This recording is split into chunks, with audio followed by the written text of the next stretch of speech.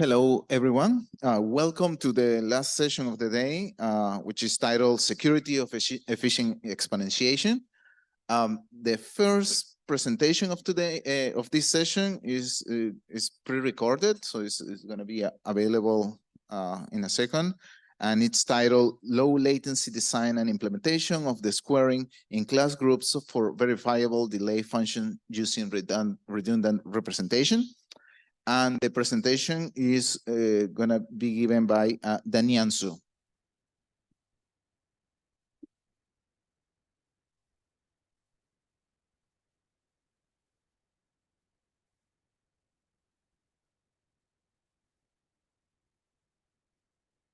Hello everyone, I'm very pleased and honored to give a presentation here. My name is Daniel Zhu. I'm from Nanjing University, China. The topic of my speech is low latency design and implementation of the scoring in class groups for verifiable delay function using redundant representation. Before I dive into the specifics, let's quickly go through what I will be covering today. First, I will start with an introduction to set the stage for the discussion. Next, I will explain what a VDF is and how it's constructed. I will also share the motivation and background behind this research, with a special focus on VDF security. A crucial part of my investigation is the scoring algorithm in class groups, so I will discuss that in detail. In the methodology section, I will talk about my approach to optimizing algorithms and implementing a redundant architecture. This will lead us into results and analysis. Finally, I will wrap up with some conclusions. With that outline in mind, let's get started. Moving on to the next point, let's dive into what a VDF really is. A VDF is cryptographic primitives that satisfy three main requirements. Sequentiality. The function requires a specific number of sequential steps for evaluation. You cannot speed it up by using more computational resources. Uniqueness. For any given input, there will be exactly one output that can be verified. This eliminates the potential for conflicting results. Effectiveness. The results can be verifiable exponentially faster than they can be computed. This is where the delay and verifiable aspects meet. Understanding this core principle gives us insights into why VDF are important and how they function. So where are VDF used? Applications range from public verifiable randomness beacons and proofs of replication to resource-efficient blockchains like the CHES network. These applications require the unique features VDF offer: quick verification, uniqueness, and a certain built-in delay for computation. With this understanding, let's explore the constructions of VDFs. A simple and elegant VDF construction is repeated scoring in groups of unknown order. The key advantage of this approach is its inherently sequential nature, meaning it cannot be parallelized, satisfying the sequentiality criteria for VDF. Now, when it comes to the choice of groups, we generally have two options: RSA groups and class groups. RAS groups have the drawback of requiring a trusted setup. The factors of n must be generated but not revealed. This can introduce a point of vulnerability. On the other hand, class groups offer more transparent setup. Why? Because the order of class group is nearly impossible to compute, making it a robust choice. The crux of the issue here is speed. The fastest implementation for VDF evaluation should be extensively studied and made publicly known. If we can ensure this, malicious participants might attack the system. This forms the crux of our motivation. We aim to bolster the overall security of the system by ensuring the fastest way of the VDF evaluation is both public and transparent. Before diving deeper, let's lay some groundwork by discussing what binary quadratic forms are. Form. Mathematically, a binary quadratic form is an expression involving three parameters, a, b, and c. Discriminant. The discriminant is a value derived from Liss's parameters, usually represented as this. Reduced form. The reduced form is a simplified representation of the original quadratic form, commonly used to optimize calculations. Scoring in class groups can be performed by a series of operations on capital ABC, often involving transformation on lowercase abc. Next, we will further deepen our background knowledge by focusing specifically on the scoring operations with class groups. In VDF, scoring isn't just a one-time operation. It's a repetitive process involving both scoring and reduction. The purpose of reduction is to prevent the value from growing excessively large after repeated scoring. We have examined two types of scoring algorithm, the original scoring and the NUDUPL algorithm. Experimental results indicate that NUDUPL algorithm takes more computation time than conventional scoring algorithms, but it significantly reduces the time required for the subsequent reduction steps. This finding provides us with an interesting avenue for optimization and may serve as a foundation for further research. With all this in mind, it will be easier to comprehend the methodology and the results that will follow. Now, let's dive into the details of NUDUPL algorithm. As shown in the diagram on the left, the NUDUPL algorithm involves several relatively complex operations. It includes extended greatest common divisor, modular multiplications and divisions, and partial XGCD. Experimental data shows that the most time-consuming steps are the XGCD and partial XGCD calculations. Because of this, optimizing these two operations is a critical aspect of our research. In subsequent sections, we will explore how to further optimize these time-consuming steps to improve the overall efficiency of VDF evaluation. The XGCD is a critical component in our research. The XGCD algorithm solves AX plus BY equal to GCD AB for two given integers A and B, where X, Y are also known as Bezold coefficients. Among the most popular XGCD algorithms, we have the EEA algorithm, the plus-minus algorithm, and the binary algorithm. We have conducted experiments comparing the number of iterations and main operations in each iteration among these various XGCD algorithms. The EEA is popular for software implementation due to its least number of iterations. However, the original EEA includes extremely time-consuming division of large numbers, making it difficult for hardware implementation. Compared to the EEA, the PM and the binary algorithm require more iterations, but only additions, shifts, and comparisons are performed in each. iteration. Considering the total time for the calculation of XGCD equals the number of iterations and multiplied it by the time taken in each iteration. A 2-bit PM algorithm can effectively achieve low-latency hardware design. This provides us with an interesting and practical path for optimization.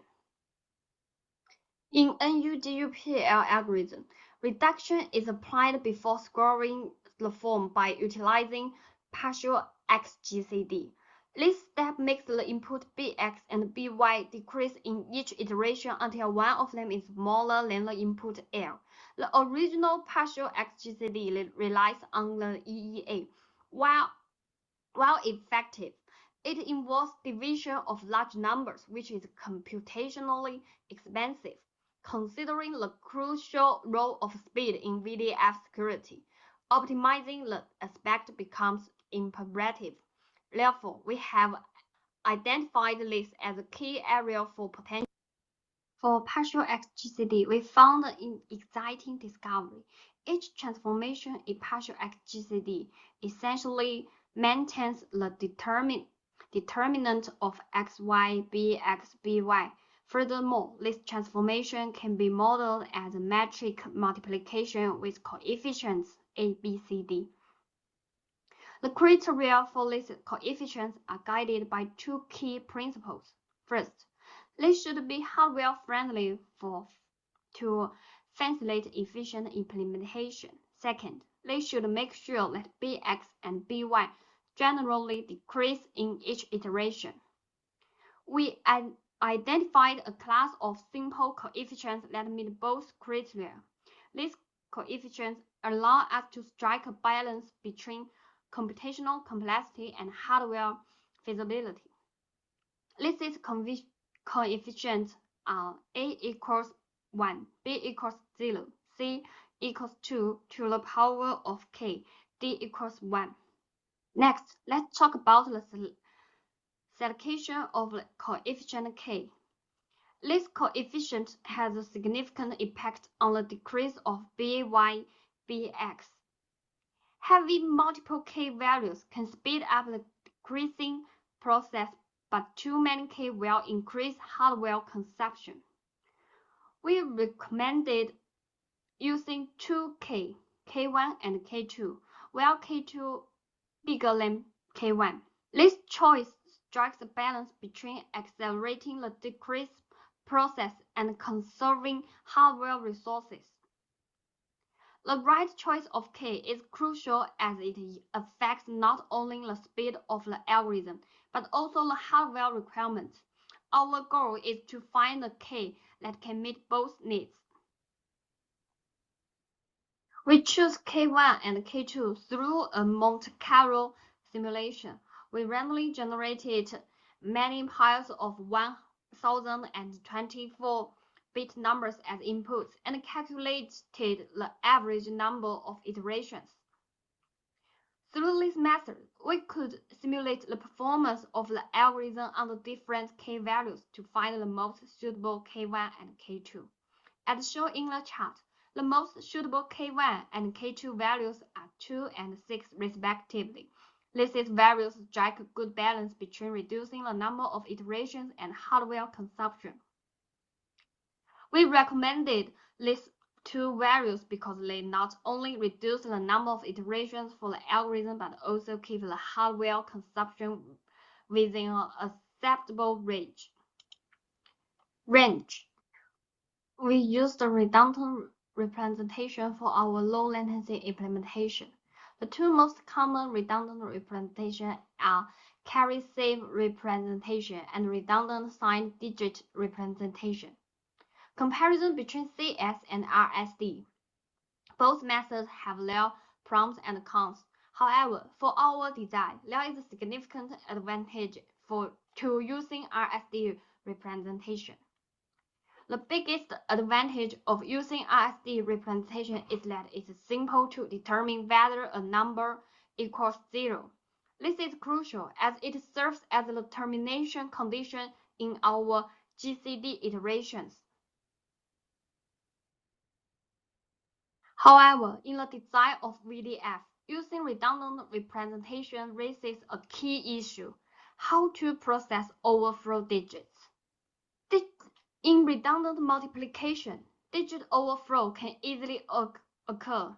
Given that VDF involves repeated scoring, such an increase in overflow digits is unacceptable. We solve this problem by extending the bit width of the input.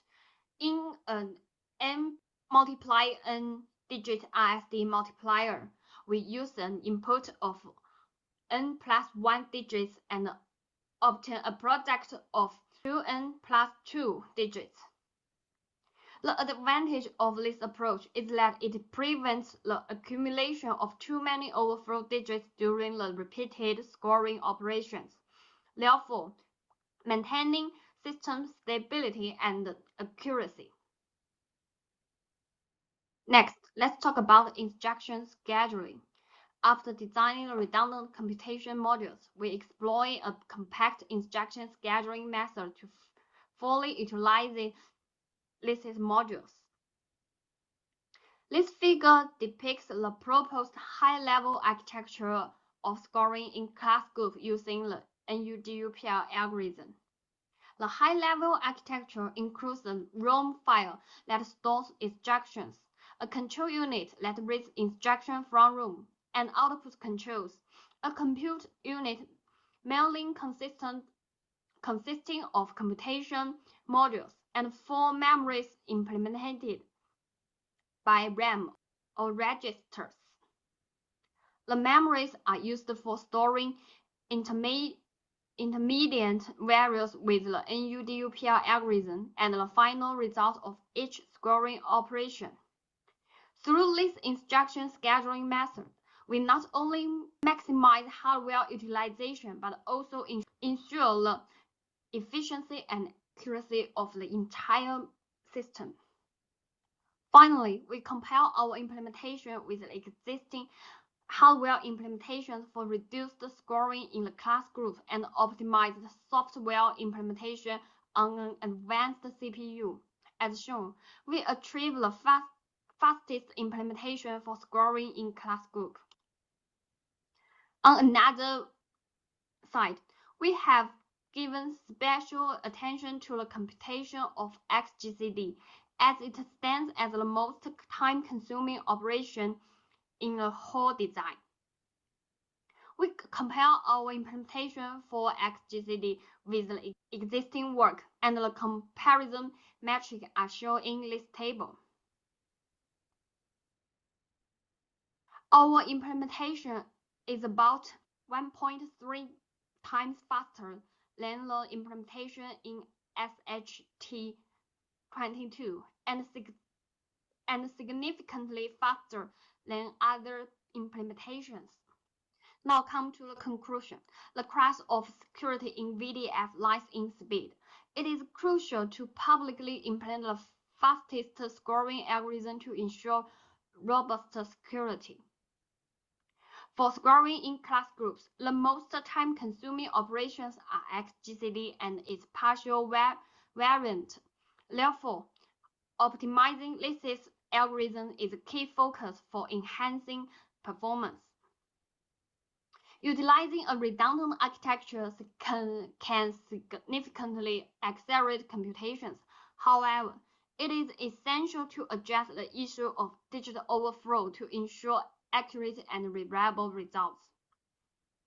In summary, our VDF implementation has achieved significant milestones in terms of speed, algorithmic optimization, and redundant architecture, which will greatly enhance the usability and security of VDF across various applications.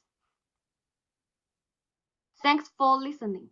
If you have any questions, please feel free to contact us. All right, let's thank the speaker.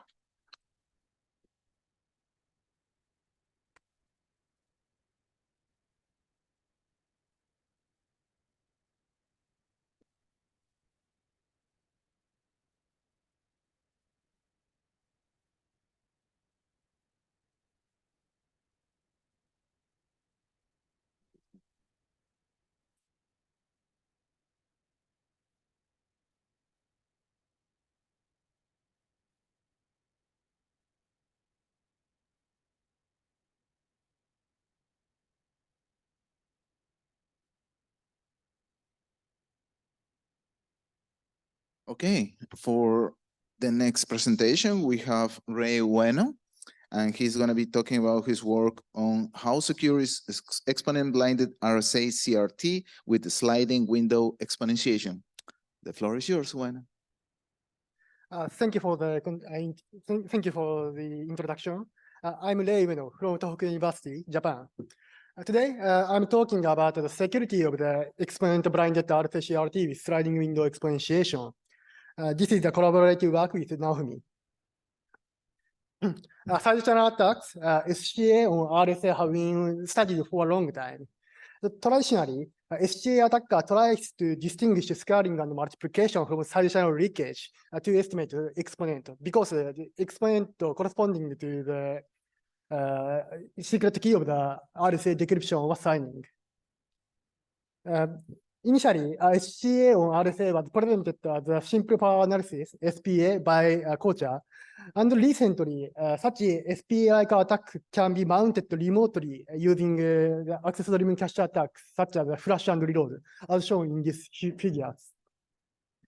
As another direction of RSA, SCA on RSA, partial key exposure attack have been also studied for a long time. So partial key exposure attack estimates the full exponent bit from the partial information of the secret RSA CRT secret key. Because SC attacker cannot always obtain full exponent bits from the side channel leakage. So partial key exposure attack is very useful for making SCA on RSA practical in many scenarios. Okay, let's focus on the open source RSA implementations. So such implementations are very major, practical, and high performance because they are implemented by experts of the cryptographic implementations. So maybe you know the Chinese reminder theorem, CRT is usually used for the RSA decryption or signing. If we use CRT, so we can reduce the computational cost by a factor of 2 to the 4 with almost no overheads. In addition, exponentiation algorithm plays an essential role in implementing RSA. In fact, it heavily determines the performance and SCA security of the resulting RSA implementation. So binary exponentiations such as left to right, square multiply always, and Montgomery ladder have been studied for a long time in the context of SCA. However, open source implementations do not use such binary exponentiations due to the performance. Actually, many open source implementation uses Windows exponentiation. For example, a fixed window exponentiation is the fastest constant time algorithm, and used in, for example, the GMP OpenSSL and UlfCrypt. A sliding window is the fastest algorithm, even faster than the fixed window. However, this algorithm is non-constant time in principle. However, this was believed to have some level of SPA resistance, and therefore this is used in, for example, libgcrypt. Okay, let me explain the sliding window exponentiation. This is the major target of our paper. This is the traditional fastest exponentiation algorithm, although next talk will give a more efficient exponentiation method. Sliding window uses the precomputation, so which calculates C to the power of I for order index and make precomputation table consisting of the precomputation result. In the main loop, we repeat the temporal window determination and sequence of the squaring and multiplication. Here, number of the squaring is determined by the size of the temporal window, and the operand of the multiplication is determined according to the temporal window value. How about the SCA security of the sliding window? So it was somehow believed to be secure against the SPA-like attacks because the attacker cannot obtain, SPA-like attacker cannot obtain the information about the operand.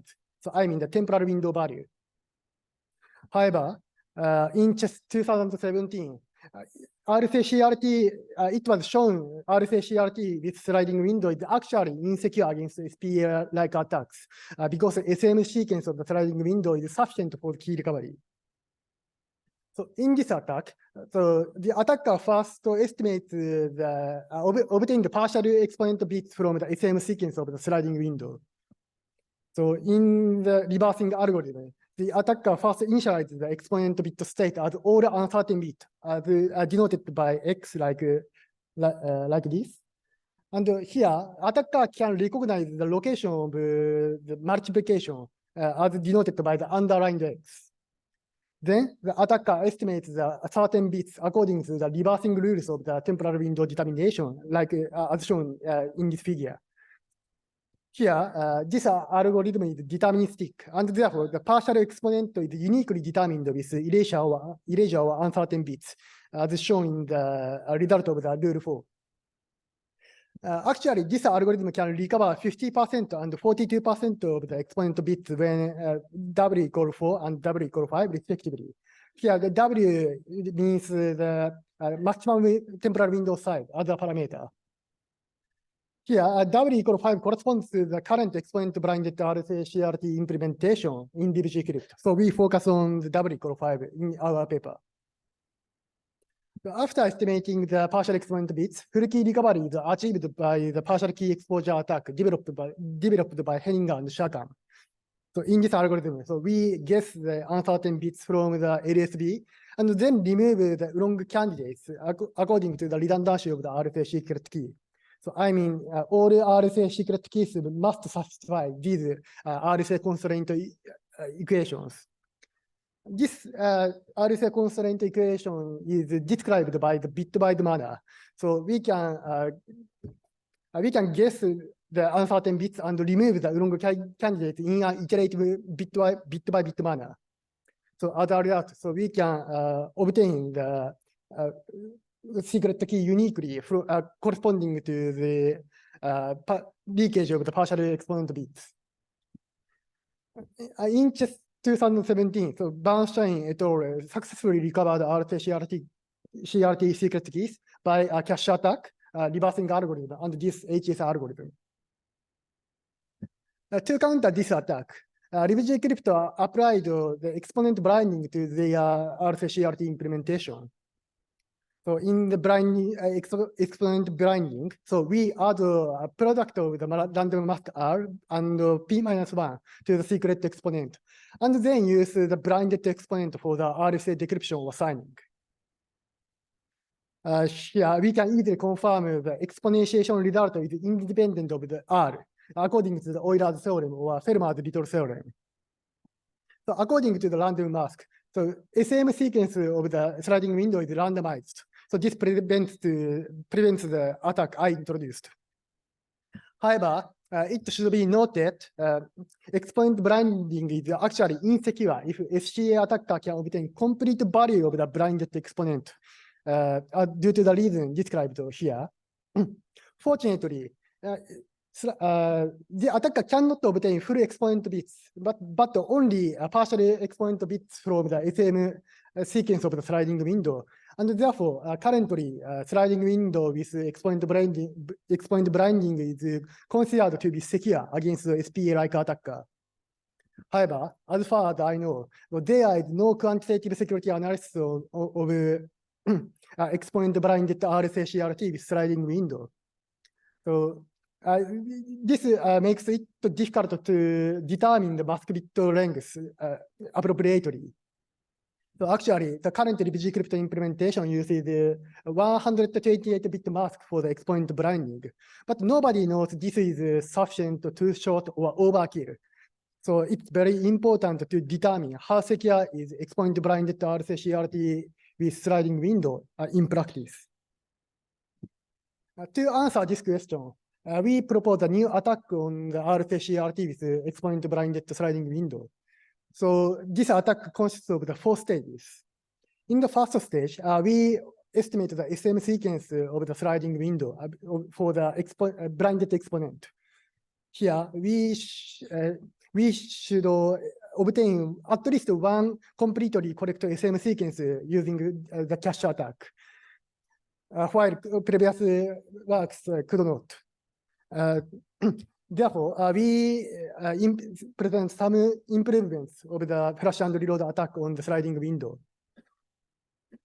In the step 2, we obtain the partial exponent bits from the SM sequences in the same manner as the CHES 2017. Note that we require to obtain many partial exponent bits for the different random mask. This is mandatory for the step 3. Then we estimate the random mask value R and the upper bit of the secret exponent using continued fraction expansion attack presented by Schindler and Weimer at step 3. Finally, we recover full exponent bits using partial key exposure attack extended to the exponent blinding. Okay, let me explain how to estimate the SM sequence of the sliding window using flash and reload. So this right figure shows the abstraction of the main loop of the sliding window. So we set flash and reload probe to detect the timing of the squaring and multiplication. However, RibGcrypt uses identical integer multiplication code and modular reduction code for both scaling and multiplication. So this means we cannot distinguish the squaring and multiplication from the flash and reload probes solely on them. Therefore, we use two types of probes. One type is set on the multiplication code, shown red box. And another type of probes are set on the determination of the temporal window, as highlighted by blue. These operations are performed only after multiplication, and therefore it's sufficient to determine the timing of the multiplication. In addition, flash and reload incurs inevitable noise to the estimated SM sequence. Therefore, we use two probes for each to mitigate noise. This left figure shows an example of the cache trace on the RibGcrypt implementation. Here, if we detect the execution of the integer multiplication and modular reduction, then we consider a victim executed squaring. In contrast, if we detect that temporal window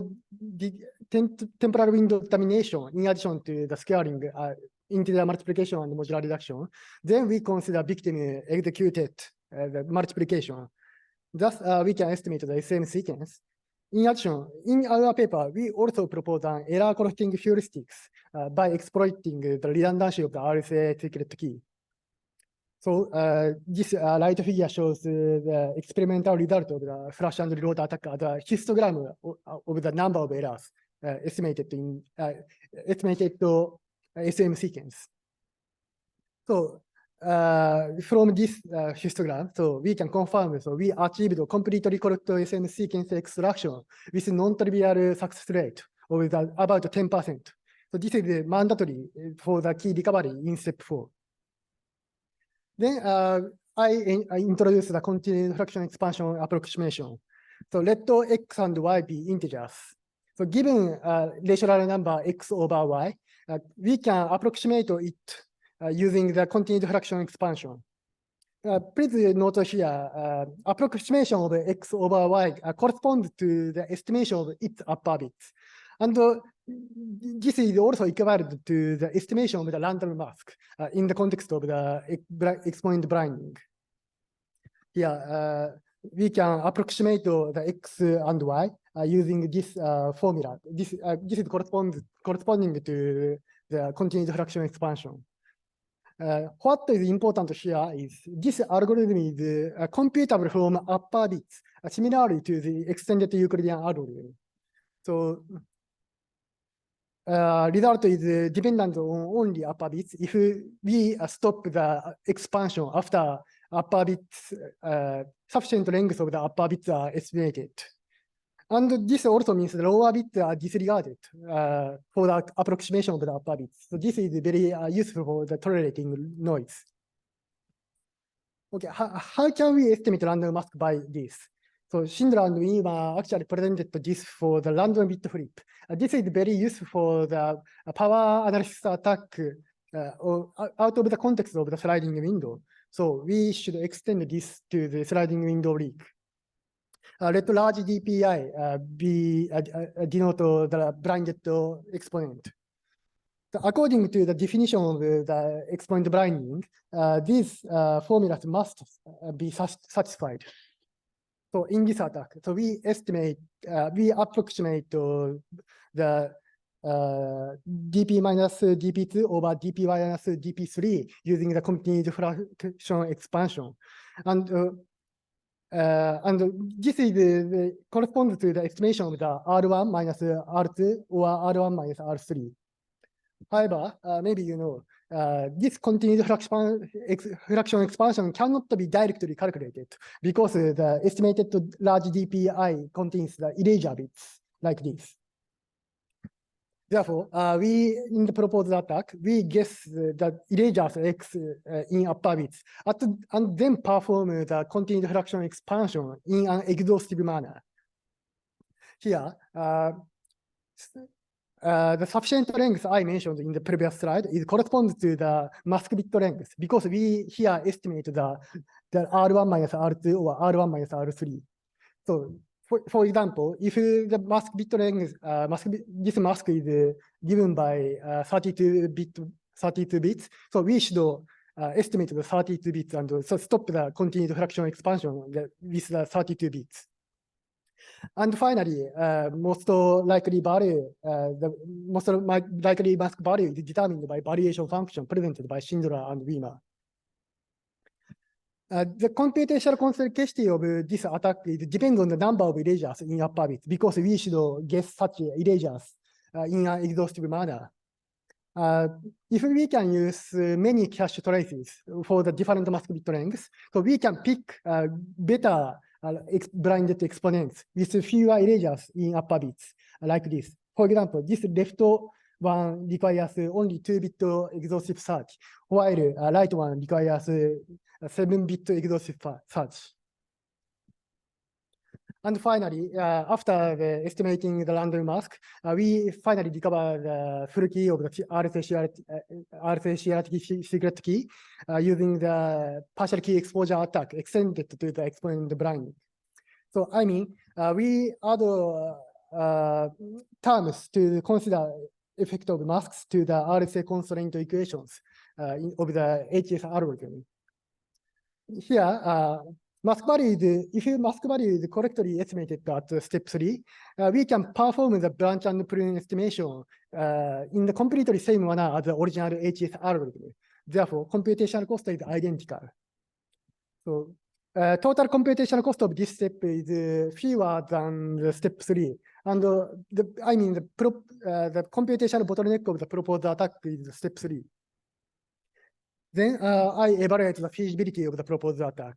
To do this, we randomly generated 100 RSA-CRT secret keys that perform 1,000 decryption using each key with the different mask value and obtain its SM sequence. Then this SM sequence is reversed to the partial exponent bits in the same manner as CHES 2017. So step 3 is the computational bottleneck of the proposed attack and requires about 2 to the power of 3 times C computational complexity. Here, C is the average number of the erasures in upper bits. This table shows the empirical average value of the C calculated from the simulated cache traces. Here, for modern computers, 2 to the power of 60 is considered sufficiently feasible. However, compared to this, the proposed attack requires a much higher computational complexity. However, I mentioned, if many cache traces are available for attacker, so we can pick good blinded exponent with fewer erasures in upper bits to obtain the smaller C here. So this table shows the empirical results of the 10 out of 20,000 cache traces and pick good, pick good 10 blinded exponents from the 20,000 cache traces. So this strategy significantly reduces the computational complexity of the proposed attack. And finally, we evaluate the success rate of the proposed attack. So we implemented the LibG crypto RCCRT implementation with modifying the mask bit length to the 60-bit, while it originally uses the 128-bit mask. Then we obtained the SM sequence and then converted it to the partially exponent bits. Then we performed our attack 100 times and then counted the success. Here, one success means the corrector key is ranked better than the 1500. This is the empirical success rate. So if the sufficient number of the cache traces are available, so we can achieve the non-trivial success rates at the step 3. Note that the step 4 can immediately recover the full secret key if the step 3 is successful. So how practical is this? So our attack requires a completely correct SM sequence in step 4, while step 3 does not. So our flash and reload attack obtained completely correct SM sequence by about 10%. So this corresponds to the 3.6, 7.2, and 8.2 success rate in practice. Here, let me summarize my talk. So my answer to the title question is the current implementation of the exponent blinded RCCRT with sliding window is sufficiently secure. So because our analysis showed our attack is infeasible for the 64-bit mask, while the current implementation employs more than 128-bit mask. So I'd like to stress that performance of the exponent blinded RCCRT implementation heavily depends on the mask bit length. So mask bit length should be determined appropriately with regard to the considered attacker. So in this sense, with regard to the SPA-like attackers, so we believe our analysis is useful for determining mask bit length and exploiting trade-off between performance and security. That's all. Thank you for your attention. Okay, thank you, Ray. Are there any questions from the audience?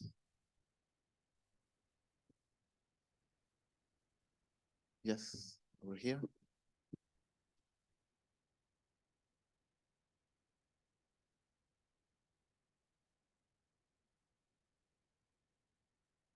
Thanks for the talk. Could you go back to slide 14?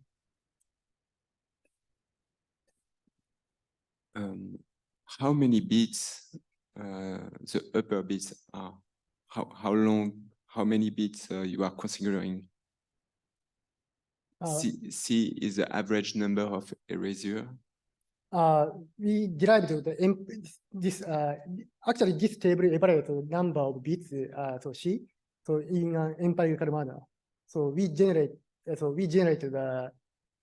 simulated the cache traces of the sliding exponent blinded sliding window, then converts to the partial exponent bits and just count up and count up the number of erasures in the upper bits to mask bit upper mask bit length. How long is the upper bit? How long for 32 mask bit length? Sorry, pardon?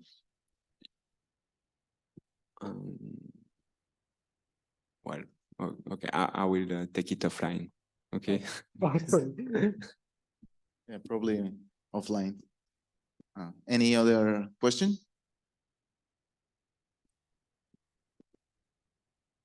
The exponentiation you investigated processed the exponent from left to right.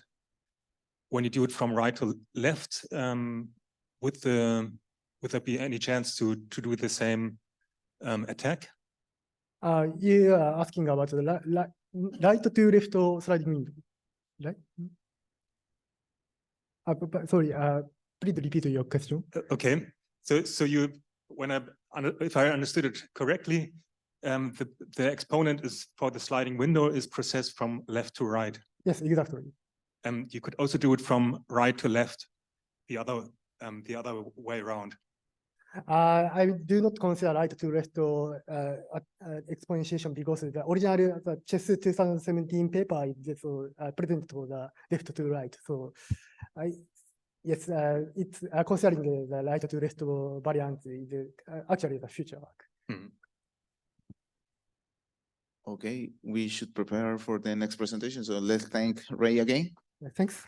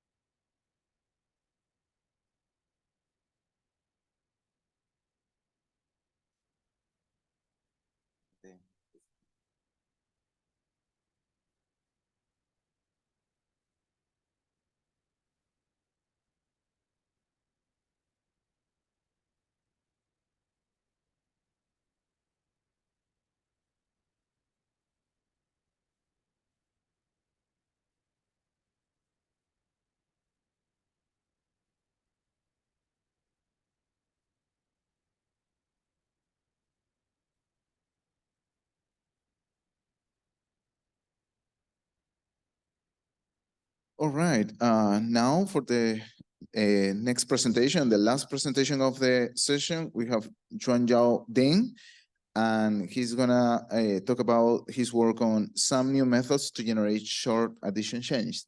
All yours. Thank you. Hello, everyone. I'm Yuan Chao from School of Cyber Science and Technology from Beihang University. The title of my report is Some New Method to Generate Short Addition Chains. I will introduce these 5 parts. The first part is introduction. As is well known, the public key crypto system has lower efficiency than symmetric crypto system due to some low speed operations, such as the modular exponentiation and scalar multiplication. And then a nature question is how to improve their efficiency. Feasible way is one of the feasible way is using addition chain. In fact, there is a 1-to-1 relationship. For example, if we want to compute the ninth power of x or the 9 times of p, we could get the intermediate value according to the addition chain of the number 9. This means if we use a short addition chain, we could get a faster computation. The definitions of addition chain is given here. Our addition chain is a sequence that for every key, there exists I, J less than key, satisfying that AK equals AI plus AJ. When both I and J equals K minus 1, we call it a doubling step. If at least one of them, we call it a slot step. Functions N, H, and L are used to show the bit length, Hamming weight, and the shortest chain length, respectively. The studies of addition chain can be divided into 2 kinds. The first one is to compute the minimal length of addition chain by exhaustive search. However, this is generally regarded as an NP-hard problem, so that it is unacceptable for the large numbers. The other one is to compute short addition chain. This has some relations about the optimal result. Some method would help to handle that, such as the power tree method, the genetic algorithm, the artificial immune system, and the evolutionary programming. These methods need complex operations and are hard to handle large numbers either. The window-based methods are feasible to handle the large numbers within a short time. The part 2 is existing methods. I further begin at the binary method BM, which is widely used. BM uses binary representation and does doubling steps bit by bit. An optional one is added depending on whether a bit is 1 or 0. As shown here, when EI is 1, we add the bit 1. Otherwise, we do doubling steps. Now it's the power tree method, PTM. A power tree is a tree that contains all of the results. The optimal result can be obtained by exhaustive search. However, the total number of nodes in depth R is greater than the multiplication from 1 to R, which is the factorial of R. This is unacceptable for large numbers. Also, window method, WM, is widely used to handle binary representation. When WM has two parts, precomputation and construction. In precomputation, for the window length key, we select all odd number from 1 to the key's power of 2 minus 1, and also the number 2. In construction, we use the windows in precomputation. For example, when key is 4, we find the first window, then slide to the next window, then another window, but remove its tail zeros. Repeat this, and at last we could get the addition chain. Part 3 is our new method. The first method is a simplified power tree method as PTM. I first give another view of a binary method to show our sort of backward adding. In backward adding, an optional number is added when all the doubling steps are done. As shown here, the fixed addition number 1 is adjusted to the corresponding number AI. Now let's see the PTM. A simplified power tree has 3 parts: the root chain, PM, and the top line for main chain, and the rest for the branch chains. We first obtain BME and record it from this line. And then we search the branch chains and update the recorded chain from the first branch to the last one. At last, we output the recorded addition chain. Each branch can get an addition chain by our backward adding, as proved in the paper. It also can be seen that the number of nodes is O square of R now.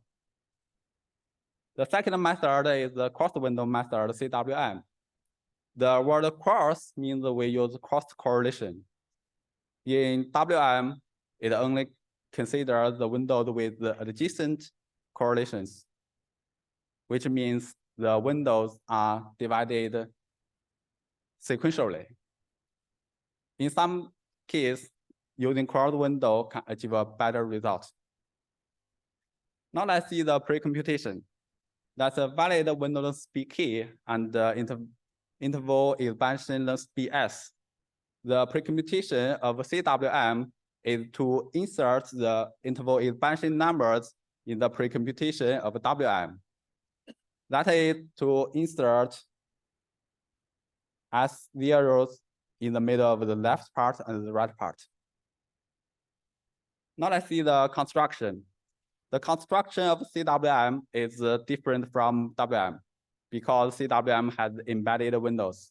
As shown in this example, the second window is embedded in the first window, so that we couldn't use the slide and add method in WM. To solve this issue, we give a record then construct method. That is to record all the windows at the corresponding locations and then do the slide and add method. At last, we could get the addition chain. The last method is the cross-window method with addition sequence algorithm, CWM-ASA.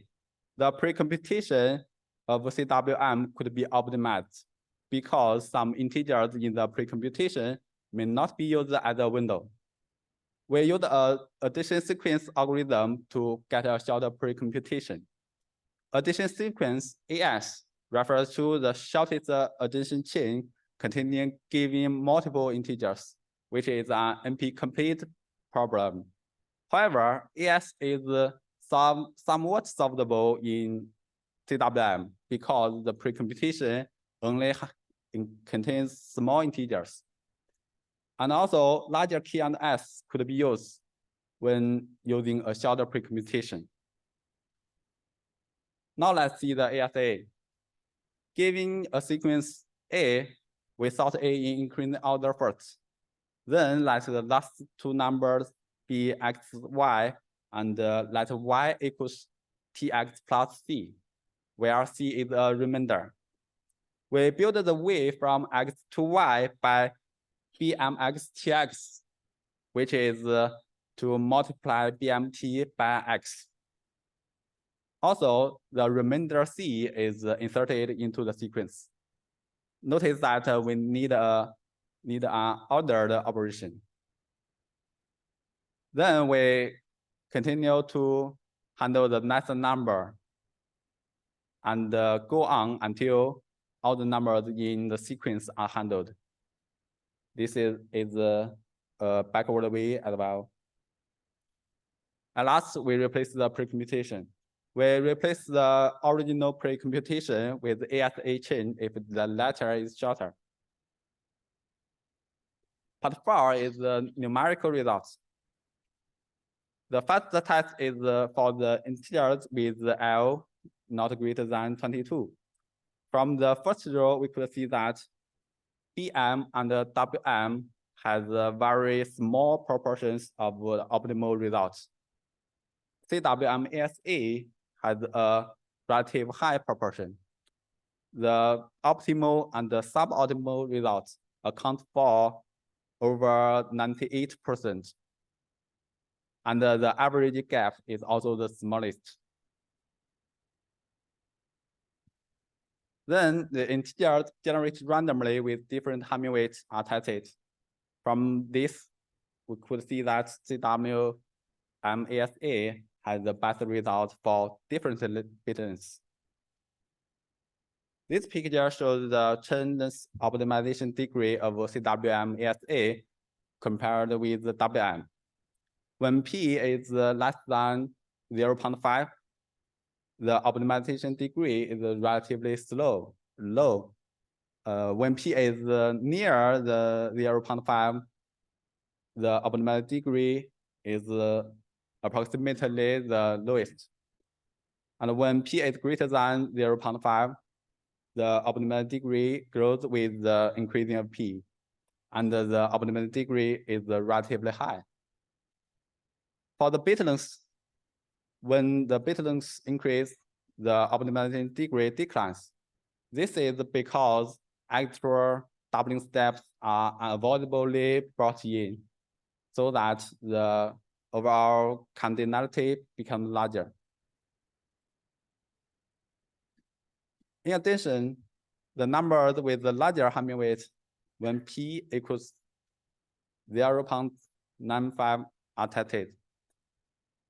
We can see that the optimization degree of CWM ASA is over 40% compared with the WM. And when compared to BM, and when compared to WM, the optimization degree ranges from 6.5% to the best 9.5%. The last slide is to show that SPTM is effective for some kids. And we can see that SPTM gets the best result in this. This is because SPTM doesn't need the precomputation, so that it is effective to handle the keys when the precomputation is too long. The last part is conclusion. We explore two ways to generate short addition chain. SPTM constructed the power tree with the deep deletion, and CWM improved WM by using cross windows. Furthermore, the precomputation is optimized by ASA, which leads to our CWM ASA. our method shows better results than prior arts, and I believe that our work will help to promote the study of addition chain. That's all. Thank you. Thank you, Yuan Shao. Are there any questions from the audience?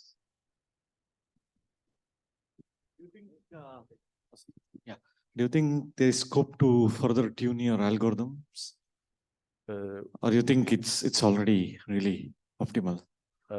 Which No. Yeah. The results what you presented in the experiment section. Do you think that you believe it can be further improved, or you think it's already quite optimal? which method? No, anything. I do not understand what you said. Now, you think your methods can be improved? Proof. Improved. Can you make your results better? So basically, if this can be, the addition chains can be optimized further? Or do you think this is like optimal? That's basically the question. Maybe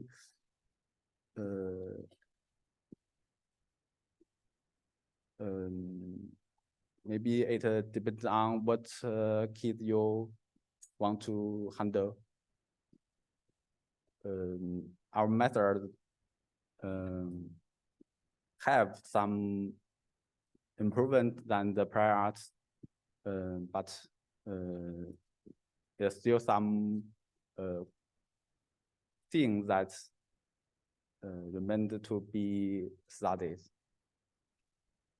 Sorry, another question. Is the source code available? The code you use for your experiments, is it publicly available? The code, the source code? So if you have source code for your generate your addition chains, is the source code available? What are available? The source code to generate addition chains. Yeah, you could find it at the GitHub. And maybe that's in the paper, the link. Yes. Okay. The link is in the paper. Oh. Any other questions? Maybe I'll ask one. What are the applications that you foresee for these addition chains?